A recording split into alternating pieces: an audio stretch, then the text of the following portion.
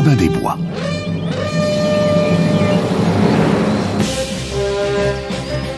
Par une belle journée de printemps, le jeune Robin marchait d'un pas alerte vers Nottingham, où un concours de tir à l'arc était organisé. Le shérif avait proclamé qu'il offrirait une flèche en or au meilleur tireur. Et Robin était impatient de montrer son talent. Vêtu de vert des pieds à la tête, son arc à l'épaule et son bâton à la main, il sifflotait gaiement dans la forêt de Sherwood, lorsqu'un rire désagréable l'arrêta net. Des gardes forestiers du roi s'approchaient, menés par le sinistre Gruff. Robin le connaissait bien, car c'était lui qui avait causé la mort de son père en complotant pour le faire enfermer dans les geôles de Nottingham et usurper sa place à la tête des gardes du roi. Gruff accabla Robin de raillerie et le provoqua. Robin s'éloigna la tête haute, sans daigner répondre. Mais une flèche siffla à son oreille et il fit aussitôt volte-face. Gruff préparait sa seconde flèche. Robin explosa. « Meurtrier! Vas-tu tuer le fils comme tu as tué le père ?» Il esquiva la deuxième flèche qui lui érafla le bras et se décida à riposter. Il banda son arc et tira. Gruff, atteint en plein cœur, s'écroula. Aussitôt, les gardes s'élancèrent à sa poursuite. Robin était vif et agile. Il réussit à les semer en se cachant dans une clairière secrète. Puis il reprit son souffle et réfléchit. Il ne pouvait plus maintenant aller à Nottingham sans courir le risque d'être arrêté. D'autre part, il ne voulait pas renoncer au concours de tir à l'arc. Il lui fallait donc un déguisement. Il lacéra son manteau, salit ses vêtements, se couvrit de son capuchon et sortit de la clairière. À Nottingham, il se mêla à la foule qui se rendait joyeusement au concours. Les trompettes annoncèrent l'arrivée du shérif et de sa cour. Le signal du tir fut donné et les concurrents se mirent en ligne. Lorsque le vagabond se joignit à eux, les spectateurs éclatèrent de rire. Il leur adressa son plus beau sourire et attendit patiemment son tour. Là, chaque flèche qu'il tira frappa le centre de la cible. La foule devint enthousiaste et l'acclama. Bientôt, il ne resta plus que 4 concurrents. 2 étaient des gardes forestiers, le 3e était un étranger, petit et gros, et le vagabond était le 4e. Les gardes forestiers touchèrent la cible, mais leur flèche se planta loin du centre. Celle du petit étranger se ficha, elle, à 2 doigts du centre. Alors, la foule encouragea le vagabond à grands cris. Calmement, Robin visa et tira. Sa flèche fendit l'air et se planta en plein centre de la cible. Le petit étranger siffla d'admiration. « C'était un tir rare, jeune homme, parole de Will Stuteley. » La foule hurla sa joie et porta le vagabond en triomphe jusqu'au shérif, qui épingla la flèche d'or sur le revers de son manteau. « Je vous proclame le meilleur archer et le coquin le plus sale de Nottingham !» Tout le monde éclata de rire, et Robin en profita pour s'éclipser. Sur la place du marché, une trompette rassembla les badauds et un officier lut la proclamation du shérif.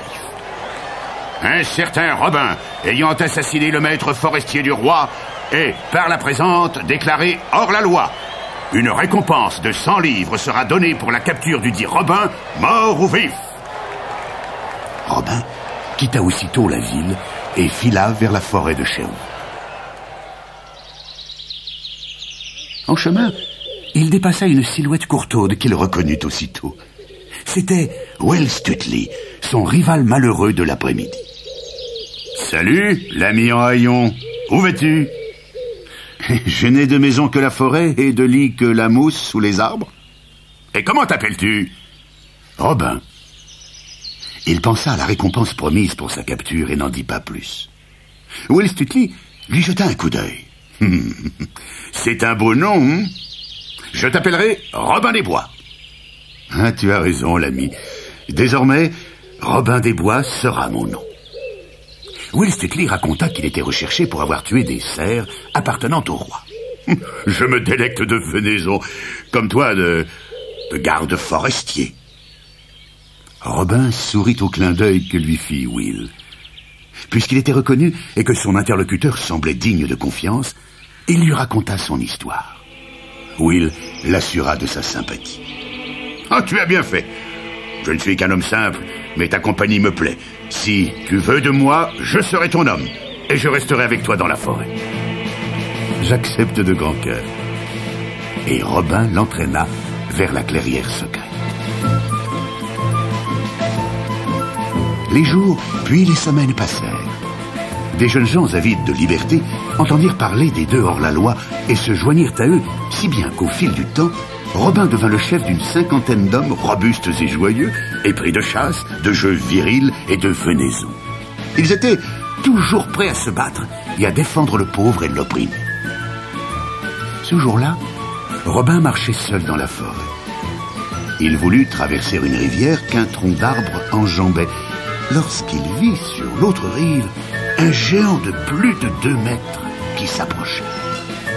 Il tenait en guise de bâton le tronc d'un jeune chêne. Robin se dépêcha pour traverser le premier, mais l'inconnu en fit autant, si bien qu'ils se retrouvèrent au milieu du tronc d'arbre. Le géant tonna. « Laisse-moi passer, mon garçon !» Robin se fâcha. « Mais laisse-moi passer toi-même, ou je te jette dans l'eau, aussi fort sois-tu !» Le géant éclata de rire. « Tu vas me jeter dans la rivière !» Robin agita son bâton. « Cède-moi le passage, ou je vais te tanner le cuir. » Et il abattit son bâton sur le crâne du géant, qui riposta en lui envoyant le sien dans les côtes. Chacun à son tour grognait de douleur, mais aucun ne voulait céder. Ils étaient de force égale et se battirent ainsi une bonne demi-heure. Enfin, Robin semblait avoir le dessus, mais le géant lui asséna un tel coup qu'il perdit l'équilibre et tomba à l'eau. Il rejoignit la rive sous les moqueries du géant. Endolori et trempé, il souffla un grand coup dans le corps qu'il portait sur lui comme chef de bande. Presque aussitôt, Will Stuteley et une douzaine de compagnons surgirent de la forêt et s'emparèrent du géant qu'ils balancèrent à la rivière. C'était au tour de Robin de se moquer. Mais le géant regagna la berge et mit KO plusieurs hommes avant d'être enfin neutralisé. Alors, Robin arrêta les hostilités et félicita son rival pour sa vaillance. Chacun retrouva le sourire et le géant leur serra la main. « Savez-vous où se trouve un certain Robin des Bois ? Je suis un garde forestier de Mansfield et je voudrais rejoindre sa bande. » Robin se présenta en riant et le visage du géant s'éclaira. « Oh maître, si j'avais su qui tu étais, je t'aurais laissé passer le premier. Mais je te servirai d'autant mieux, car tu frappes si fort que je pourrais t'aimer rien que pour cela. Je m'appelle Jean de Mansfield. » « Sois le bienvenu, Jean. Tu es tellement jeune que je t'appellerai Petit Jean. » Dans les semaines qui suivirent, la bande s'agrandit encore et Petit Jean fut choisi pour être le lieutenant de Robin. Un jour, que Robin et Petit Jean bavardaient tranquillement au bord d'une petite route, ils aperçurent un jeune homme, tout de pourpre vêtu, qui marchait joyeusement en chantant à tue-tête. Il disparut au détour d'un chemin et les deux compères plaisantèrent. Ah, ce garçon est amoureux. Oui, il va sûrement se marier. Mais le lendemain, au même endroit, ils virent passer en sens inverse le même garçon claudiquant, les vêtements boueux et déchirés. Touchés par sa détresse, ils s'avancèrent vers lui et lui proposèrent leur aide. Le jeune homme les connaissait de réputation. Il parla en confiance. « Je m'appelle Alan Adale et j'aime tendrement une jeune fille qui m'aime en retour. Nous devions nous marier, mais un vieux baron a demandé sa main et ses parents, cupides, l'ont fiancée de force. Elle a été emmenée dans son château et l'évêque d'Hereford doit les marier cet après-midi. Je suis allé réclamer celle que j'aimais, mais le baron s'est moqué de moi du haut de ses remparts et a envoyé ses hommes pour me battre. J'ai brisé le crâne de 2 d'entre eux. J'en ai jeté 3 autres dans les douves et j'en ai tué un. Mais ils étaient trop nombreux et j'ai été roué de coups et chassé. Robin le rassura. Avant que le soleil ne soit à son zénith, ta dame te sera rendue. Il souffla dans son corps, et bientôt, de nombreux compagnons, tous habillés de vert, surgirent de la forêt, leur carquois sur l'épaule et l'arc à la main. Qui veut aller à un mariage? Nous tous! Will, habille notre ami Alan de la plus belle étoffe pourpre de notre réserve. À 3 heures, conduis-le à l'église Sainte-Mary, sur la colline. L'évêque d'Hereford doit célébrer un mariage. Il ne faut pas le faire attendre. À 2h30, le baron et l'évêque d'Hereford entrèrent à l'église suivis de quelques invités. Robin, déguisé en ménestrel, se présenta et proposa ses services qui furent acceptés. Il s'installa donc tranquillement à côté de l'évêque. La jeune fille arriva enfin, soutenue par ses parents. Elle tremblait et ses yeux étaient rougis par les pleurs. Tout à coup, la sonnerie d'un corps retentit dans l'église et résonna dans les champs alentours. Il y eut un murmure inquiet parmi l'assistance et une 50aine d'archers firent éruption dans l'église. Petit-Jean saisit le baron et le balança sur ses hommes terrorisés. Puis, les archers firent une haie d'honneur et Alan, magnifiquement vêtu, marcha vers la nef. Avec un sourire heureux, il prit place aux côtés de la jeune fille abasourdie. Robin s'inclina devant elle.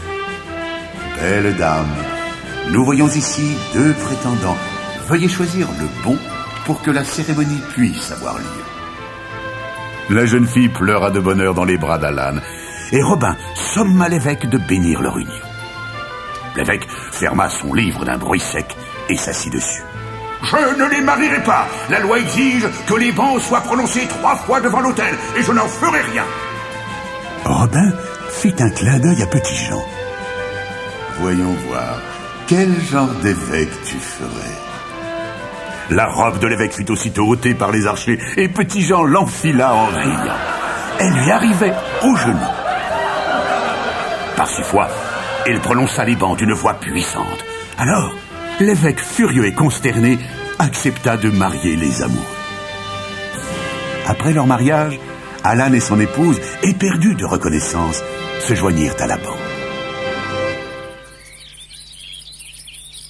Quelques semaines plus tard, Robin et ses compagnons chassaient les cerfs du roi et rivalisaient d'adresse au tir à l'arc, quand Will déclara: « Il n'y a pas d'archer plus puissant et d'homme plus vaillant à tous les exercices virils que le frère Tuck de l'abbaye de Fountains. » Robin eut envie de se confronter à lui, et il se mit en route aussitôt. Arrivé près d'une rivière non loin de l'abbaye, il aperçut un moine grand et robuste, assis sur la berge. Son épée était posée à côté de lui, et il se régalait d'un pâté en croûte et d'une bouteille de vin. « Voici mon homme. Je vais lui chercher querelle et mettre son habileté à l'épreuve. » Il se glissa sans bruit, et surgit soudain, sa flèche pointée sur le ventre du moine. « Bon moine, je n'ai pas envie de me mouiller les pieds. Je te prie donc de me porter sur l'autre rive. » Le moine le dévisagea tranquillement et abandonna son pâté. « Mon devoir est d'aider les faibles et les nécessiteux. Je vais te porter de l'autre côté. » Il prit Robin sur son dos et l'amena sur l'autre rive. Mais lorsque le hors-la-loi toucha la berge en riant, il sentit tout à coup la pointe d'une épée dans son dos. Le moine riait à son tour. « Oh, je suis désolé de t'embêter, mais mon dîner m'attend de l'autre côté. Comme un service rendu en mérite bien un autre, tu seras certainement d'accord pour me reconduire. » De mauvaise grâce, Robin dut hisser la puissante carcasse sur ses minces épaules. Le moine était extrêmement lourd, et Robin était essoufflé lorsqu'il atteignit la berge. Mais il avait réussi à lui subtiliser son épée, et il l'en menaça. « Oh, navré de ne pouvoir dîner avec toi, mais je suis pressé. Fais-moi retraverser. » Le moine le reprit sur son dos, et au milieu de la rivière, donna un coup d'épaule et le propulsa dans l'eau. « Maintenant, nage ou coule, mon bon ami. » Et il revint vers son pâté en croûte. Mais Robin regagna la berge et les flèches sifflèrent autour du moine, qui fit des bonds pour les éviter. Puis les deux hommes se battirent à l'épée. Pendant 1 heure, ils furent de force égale.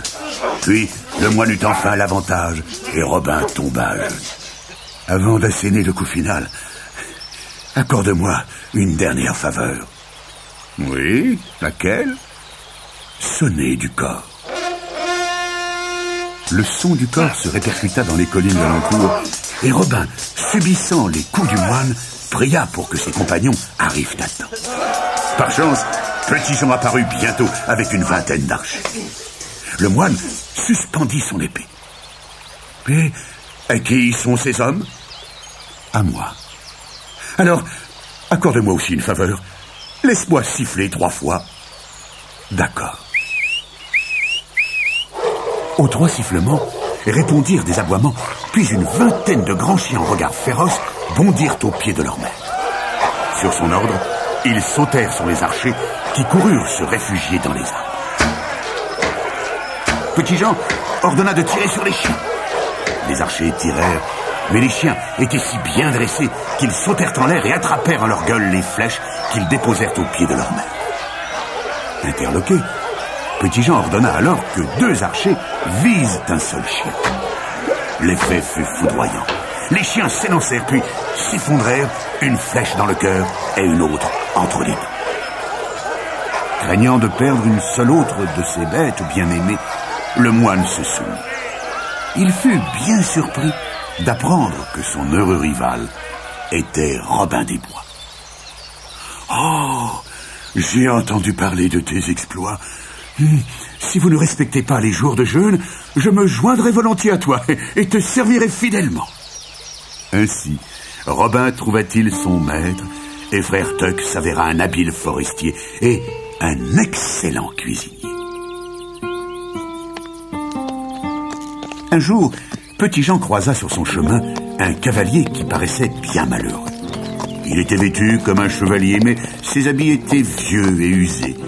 Il allait la tête basse et son cheval était efflanqué. Petit-Jean prit pitié et l'invita à dîner.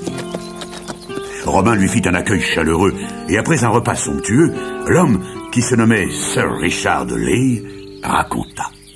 « Mon fils a tué un homme dans un combat loyal, mais il a été traîné en justice, et j'ai dû verser 400 livres pour lui éviter la pendaison.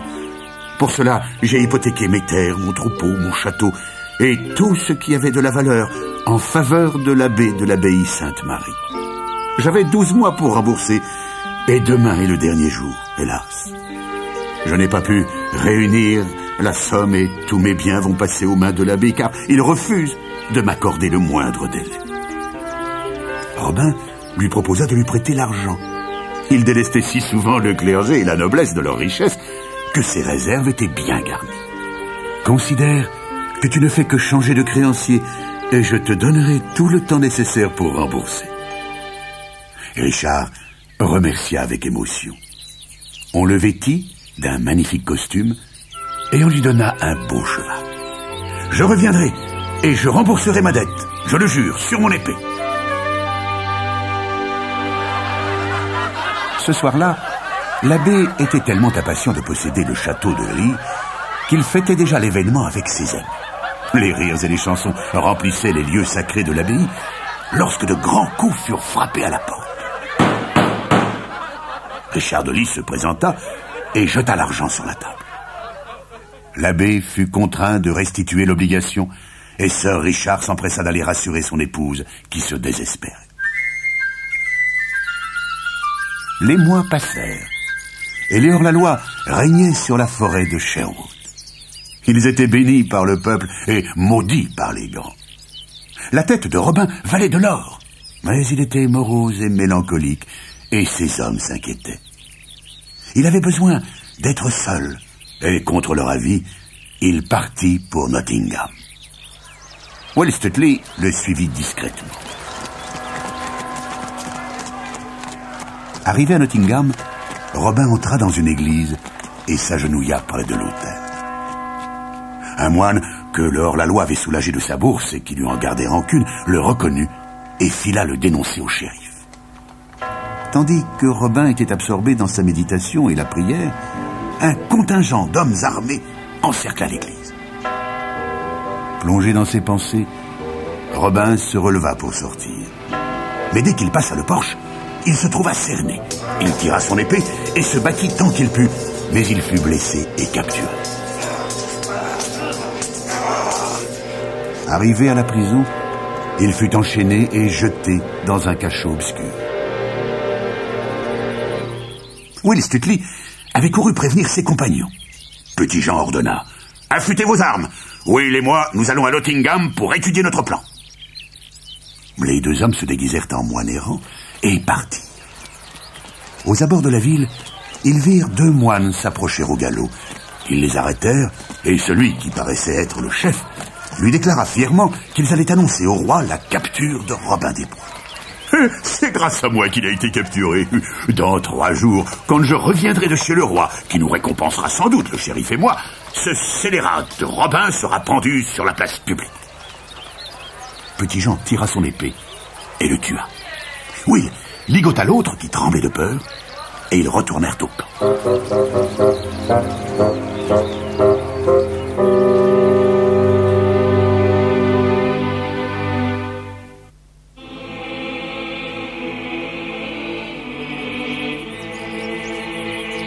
Pendant les 2 jours qui suivirent, ils confectionnèrent des uniformes royaux avec les tissus de leurs réserves. Le matin du 3e jour, le guetteur du shérif annonça à son maître l'arrivée d'une garde royale. Fier de cet honneur et espérant une récompense, le shérif accueillit fastueusement ses visiteurs. Pendant le banquet, il but plus que de raison et le capitaine de la garde royale trinqua avec lui. « Où gardez-vous ce gredin de Robin des Bois ?»« Oh, dans le cachot le plus noir, à 30 pieds sous terre. J'aimerais voir à quoi il ressemble, mais on dit qu'il est féroce. Oh, aucun risque, venez, je vais vous le montrer. J'admire votre courage. » Arrivé à la prison, le shérif demanda au geôlier son trousseau de clés et alluma une torche. Ils suivirent des 3 passages à l'odeur nauséabonde, puis il ouvrit une porte et scruta l'obscurité. « Robin, venez à la lumière, un ami voudrait vous voir. » Le capitaine, qui n'était autre que Petit Jean, hurla alors: « C'est bien vrai, Robin, qu'un ami voudrait vous voir. » Et il saisit le shérif par le cou, le secoua comme un rat et l'assommait. Puis il délivra Robin, qui le remercia vivement. Le shérif fut enchaîné à sa place et Robin mit ses vêtements. Ainsi, ils purent sortir sans être inquiétés. Et bientôt, ils chevauchèrent gaiement vers la forêt de Sherwood. Pendant les 12 derniers mois, Sir Richard de Lys s'était donné beaucoup de mal pour rassembler l'argent nécessaire à rembourser sa dette. Il avait parlé à ses fermiers de la générosité de Robin, et ils s'étaient tous pris d'amitié pour le jeune hors-la-loi. Par ailleurs, comme ils aimaient beaucoup leur seigneur, ils firent tout ce qu'ils purent pour l'aider. Ainsi, Sir Richard eut le double de la somme nécessaire et remercia chaleureusement ses fermiers. Avant de retourner au camp de Robin, il fit confectionner une centaine d'arcs en véritable bois d'if et de magnifiques carquois richement sculptés et garnis de flèches à la pointe d'argent, ornés de plumes de paon. Et il prépara aussi de nombreux autres cadeaux et prit le chemin de Sherwood avec quelques-uns. À la sortie d'un hameau, ils assistèrent à une compétition de lutte. Sir Richard admira particulièrement un jeune homme qui gagnait contre tous ses adversaires. Lorsqu'il n'y eut plus personne pour se mesurer à lui, les juges lui décernèrent le prix. C'était un magnifique cheval avec selle et bridon, tout scintillant d'or. Mais des cris de colère s'élevèrent alors parmi la foule. « Tuez l'étranger !» Et des hommes jaloux s'hurlèrent sur lui. Sir Richard et les siens se précipitèrent sur le terrain et se battirent aux côtés du jeune vainqueur. « N'avez-vous pas honte? Ce jeune homme est étranger. Et alors? Vous lui avez permis de s'inscrire pour gagner le prix. Ne l'a-t-il pas mérité ?» La foule se calma et s'excusa. Et le jeune homme remercia ses sauveurs. « J'ai un cousin qui vit dans la forêt de Sherwood. C'est un hors-la-loi et je veux le rejoindre. » « Comment se nomme-t-il? »« Robin des Bois. »« Ah, alors viens avec nous, car moi aussi je vais rendre visite à ton cousin. » lorsque la petite troupe eut rejoint le camp de Robin, il y eut une grande fête. Robin fut heureux de retrouver son cousin, qu'il surnomma Will l'Écarlate, et tous furent très touchés des magnifiques cadeaux apportés par Sir Richard. Les réjouissances durèrent une bonne partie de la nuit, et ce n'est qu'aux premières lueurs de l'aube que chacun glissa dans l'herbe chaude et sombra dans un profond sommeil. Pendant ce temps-là, à Londres, le roi Henri lassait son épouse en lui vantant sans cesse le talent de ses 3 archers d'élite. Elle se fit fort d'en trouver 3 autres qui détrôneraient les héros de son époux. Le roi accepta le pari et organisa aussitôt un concours. La reine était bien embarrassée, car elle n'avait que 20 jours pour dénicher ses champions. Une de ses suivantes, la jolie Marianne, fille du comte d'Huntingdon, proposa timidement « Si votre grâce y consent, je connais un homme qui se ferait un honneur de concourir pour elle. » Et elle avoua en rougissant qu'elle connaissait bien Robin des Bois, car ils étaient parents. Elle parla de son courage et de ses exploits, de ce qu'il faisait pour les pauvres et des hommes valeureux qui lui étaient dévoués. Ce qu'elle ne dit pas, c'est que Robin et elle avaient échangé des serments d'amour du temps où ils n'étaient pas hors la loi. La reine avait entendu dire que Robin et ses hommes étaient de magnifiques archers, et elle accepta de faire appel à lui. Marianne proposa de porter elle-même le message royal. Le lendemain matin, elle se déguisa en page et quitta le palais sur un magnifique destrier.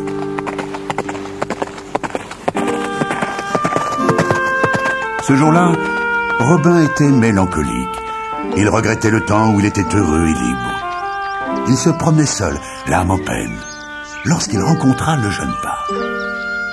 Il ne reconnut pas tout d'abord la jeune fille qu'il aimait, mais sa voix le troubla. Où l'avait-il déjà entendu? Et puis soudain, il vit à son doigt la bague qu'il avait offerte à sa fiancée. Alors, il prit Marianne dans ses bras en pleurant de joie. Après de tendres effusions, elle lui transmit le message de la reine et il accepta l'invitation avec joie. Il souffla dans son corps et très vite, toute sa bande apparut. Will l'Écarlate sauta de joie en découvrant sa cousine. Il l'embrassa chaleureusement, puis chuchota quelques mots à Robin. Enfin, il se tourna vers ses compagnons. « Mes amis, souhaitons la bienvenue à notre maîtresse, car Marianne va épouser Robin. » Et Marianne, rougissante et heureuse, fut acclamée joyeusement.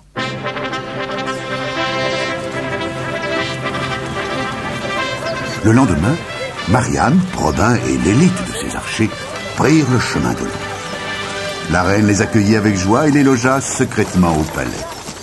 Elle apprécia la délicatesse et la courtoisie de Robin et lui promit de parler en sa faveur au roi. Dans les jours qui précédèrent le concours de tir à l'arc, Robin et ses compagnons divertirent la reine et ses dames. Alan Adel jouait très bien de la harpe. Petit Jean et Will Stuteley faisaient des démonstrations de lutte au bâton, et la reine ne se lassait pas d'entendre Robin et Will l'Écarlate raconter leurs exploits. Enfin, le jour du concours arriva. La reine demanda à Robin de se tenir prêt avec ses hommes et d'apparaître lorsqu'elle aurait fait sonner le corps. Robin ordonna à ses compagnons de s'habiller de vert avec de grands chapeaux, et lui-même se vêtit de pourpre de la tête aux pieds. Puis ils se dirigèrent vers le lieu du concours et se dissimulèrent aux abords du terrain. Une sonnerie de trompette annonça l'arrivée de leur majesté. Le couple royal prit place sous les acclamations de la foule. Le roi se tourna vers son épouse. « Madame, quel sera l'enjeu ? 300 tonneaux de vin, 300 tonneaux de bière et 300 des plus gros cerfs sur pied. En vérité, c'est un pari princier, mais j'accepte avec joie. Faites venir vos archers. » La reine fit sonner du corps, et en un instant, Robin et ses hommes firent face au roi. Avec soulagement, la reine constata que personne ne les reconnaissait. Elle se tourna vers l'évêque d'Hereford. « Votre grâce, pariera-t-elle avec le roi ou préfère-t-elle parier sur mes hommes ?»« Oh, par ma mitre, je ne parierai pas un penny contre les archers du roi. » Robin intervint. « Combien pariez-vous sur eux ?»« Les 100 livres que j'ai dans ma bourse. » Alors, jetez votre bourse sur le sol. L'évêque jeta sa bourse et Robin jeta la sienne. À la première épreuve, les archers du roi firent mouche, alors que Robin et ses hommes ratèrent sciemment la cible. La reine s'assombrit, tandis que l'évêque d'Hereford regardait les deux bourses d'un air résolu. Mais la deuxième épreuve fut remportée par les hors-la-loi, et la reine fut soulagée. La troisième épreuve serait décisive. On dressa une baguette de saule, et le premier archer du roi visa avec précaution, mais sa flèche siffla à 1 pouce de la baguette. Will Stuteley tira ensuite, et sa flèche frôla la baguette. 1 point en faveur des hommes de la reine. Le deuxième archer tira, et sa flèche fendit la baguette en deux. On en dressa une nouvelle pour Petit Jean, mais il la manqua. Le score était donc à égalité, et l'excitation à son coup. Le dernier archer du roi tira, mais sa flèche ne fit qu'érafler la baguette. Chacun retint son souffle. Robin visa à son tour avec calme et aplomb. Sa flèche fendit la baguette sur toute la longueur. La reine exultait, et l'évêque regarda tristement Will l'Écarlate s'emparer des 2 bourses et les remettre à Robin. Le roi félicita la reine. Voilà une belle et loyale victoire. Je n'ai jamais vu un tel tir. La reine fit une profonde révérence. Sire, je réclame une faveur. Tout ce que vous désirez vous est volontiers accordé. Je vous supplie de ne pas vous mettre en colère contre aucun de mes champions. Qui pourrait être en colère contre de si remarquables archers? Alors la reine se tourna vers Robin. Vous, Robin des Bois, Petit Jean, Will Stuteley, Will l'Écarlate et vous tous, leurs compagnons, vous êtes pardonnés. Le roi en eut le souffle coupé, et l'évêque d'Hereford se récria. Mais la reine chuchota quelque chose au roi, et son froncement de sourcils se transforma en sourire. Sois le bienvenu, courageux Robin. Tu pourras habiter cette ville pendant 40 jours, mais après, tu devras t'éloigner à nouveau.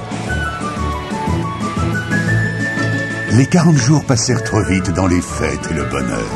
Puis, Robin dut dire au revoir à sa bien-aimée, salua la reine et prit le chemin de la forêt de Sherwood avec ses hommes. Henri II mourut quelque temps plus tard, et son fils Richard monta sur le trône. Robin espéra que sa situation allait changer et qu'il ne serait plus considéré comme un hors-la-loi, mais Richard partit en croisade et rien ne changea pendant 5 ans. Lorsque le roi revint en Angleterre, il entendit bien vite parler des exploits des hors-la-loi. Secrètement, il admirait l'audace et le courage de Robin, mais il devait faire régner l'ordre. Il se déguisa en riche abbé et se rendit dans la forêt de Sherwood. Robin était avec Will l'Écarlate et Petit Jean lorsqu'il vit un groupe d'hommes venir au galop au-devant d'eux. Il y avait 5 moines et un autre qui paraissait être le chef et chevauchait un magnifique cheval noir. Son capuchon couvrait entièrement sa tête, ne laissant voir que ses yeux perçants qui brillaient dans l'ombre. Petit Jean fit un clin d'œil à Robin. « Il me semble que ce destrier noir est celui dont tu as si souvent rêvé. » Robin saisit la bride du destrier. « Je vous salue. Honorerez-vous notre table de fête ?» Le chef répondit avec dignité. « Nous sommes les messagers du roi, alors permets-nous de continuer notre chemin. » Mais raison de plus pour dîner avec moi, car je suis moi aussi un homme du roi. Une fois restauré, je vous donnerai 2 hommes pour vous escorter. Puisqu'il en est ainsi, nous te remercions pour ton hospitalité et nous te suivons. Le festin fut royal. Robin des Bois et Sir Richard de Lee, qui étaient en visite, divertirent beaucoup le prêtre qui riait à gorge déployée. Après le repas, le prêtre demanda: « N'es-tu pas Robin des Bois ?» Robin acquiesça. « J'ai entendu parler des festins que tu offrais aux visiteurs de la forêt. Mon voyage se termine donc ici car ma mission était de te transmettre un message du roi Richard. Il exige que tu te présentes à Londres sous 7 jours pour rendre compte de tes actes et de tes méfaits. Tu auras un jugement loyal. Robin répondit fièrement: allez dire au roi que Robin des Bois est son fidèle serviteur et que dans 7 jours, lui et ses hommes seront devant lui et se soumettront à sa volonté. Mais auparavant, je vous prie d'assister à nos jeux pour en témoigner devant lui. Le moine accepta et les jeux commencèrent. Les combats de bâton, le saut, la lutte, le tir et autres exercices virils où les hommes donnèrent le meilleur d'eux. Puis, le frère Tuck invita le prêtre à un combat à main nue et l'étranger ne put se dérober. Il était vigoureux et agile, mais un coup de poing du frère Tuck fit tomber son capuchon et son visage apparut en plein jour. D'épaisses boucles blondes tombaient sur son front à la place de la tonsure habituelle. Sir Richard et Will l'Écarlate, qui avaient fréquenté la cour, tombèrent à genoux. Le roi! Abasourdi, Robin et ses compagnons s'agenouillèrent à leur tour. Oh, sire, j'implore votre pardon pour mes hommes et pour moi. Nous avons toujours été les fidèles serviteurs de votre majesté, et nous n'avons fait que résister à l'oppression des sujets infidèles à la couronne.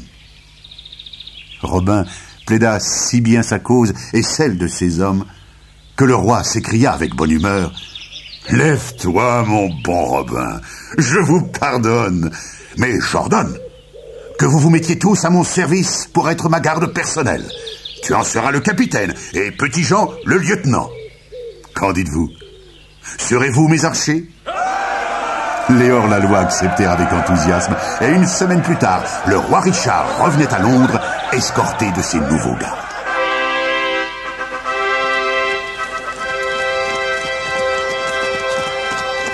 Peu de temps après, par un joli jour de mai, la ville de Londres était en liesse, car Robin des Bois, capitaine des archers et conseiller du roi, allait épouser la jolie fille du comte de Huntingdon. Une multitude de gens de toutes classes se pressaient dans l'église, car la future mariée devait être donnée à Robin par le roi lui-même. Ce fut une belle cérémonie. Et lorsqu'ils sortirent de l'église et parcoururent les rues, les gens se pressaient pour voir et acclamer le héros de la forêt de Sherwood.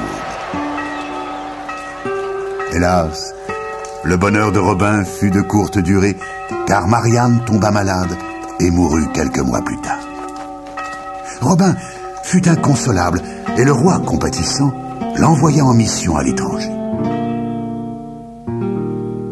Lorsqu'il revint 3 ans plus tard, le roi Jean avait succédé à son frère Richard. Il afficha vis-à-vis de Robin et de ses compagnons une méfiance et une agressivité telles qu'un jour, Robin lui répondit vertement. Le roi cria à la trahison et Robin fut arrêté sur le champ et enfermé dans la tour de Londres. Ses amis s'empressèrent de le délivrer et ensemble, ils rejoignirent la forêt de Sherwood où ils reprirent leur vie de hors-la-loi. Le roi Jean les combattit implacablement, envoyant compagnie sur compagnie pour les harceler. Les troupes de Robin s'amenuisaient, les moins courageux désertaient. Il ne restait plus qu'une 60aine de fidèles lorsqu'on apprit qu'une compagnie de 500 soldats était en marche vers la forêt de Sherwood. Les hors-la-loi les affrontèrent courageusement, se défendant pied à pied. Robin et Petit Jean se battaient côte à côte. Lorsqu'il vit que tout espoir était perdu, Robin souffla une dernière fois dans son corps, et les hommes, épuisés, comprirent que ce jour était celui de l'échec. Quelques-uns se rendirent, d'autres réussirent à prendre la fuite. Robin et Petit Jean sautèrent sur leurs chevaux et se sauvèrent vers le nord. Mais Robin était blessé, et au bout de quelques jours, il n'eut plus la force d'avancer. « Petit Jean, emmène-moi à l'abbaye de Kirlhays. J'ai rendu service à l'abbesse un jour, et peut-être nous donnera-t-elle asile. »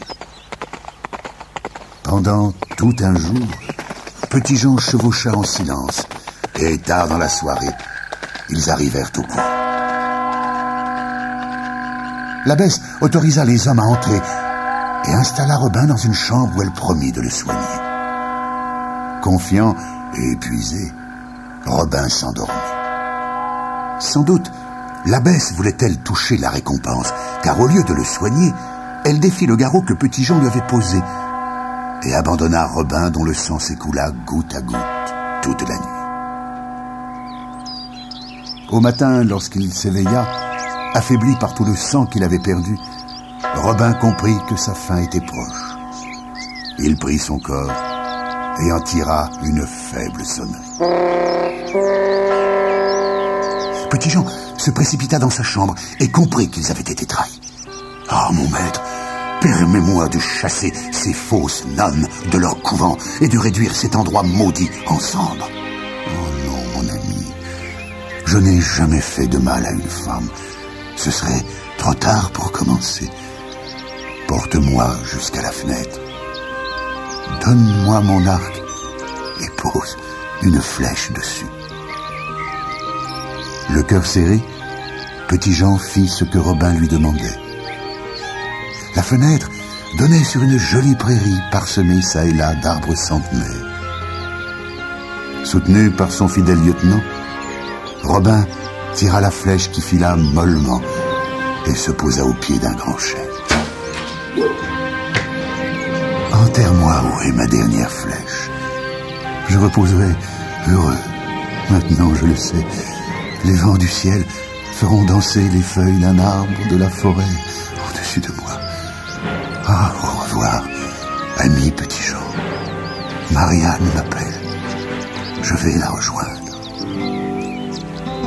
Sa main posée sur celle de Petit-Jean se détendit doucement et son âme s'envola. Petit-Jean prit son maître dans ses bras et le porta au pied du chêne où il l'enterra. Sur sa tombe, il posa une pierre sur laquelle il grava « Ici repose le corps de Robin des Bois. Jamais il n'eut meilleur homme. Des archers comme Robin et ses hommes, l'Angleterre plus jamais n'en verra. »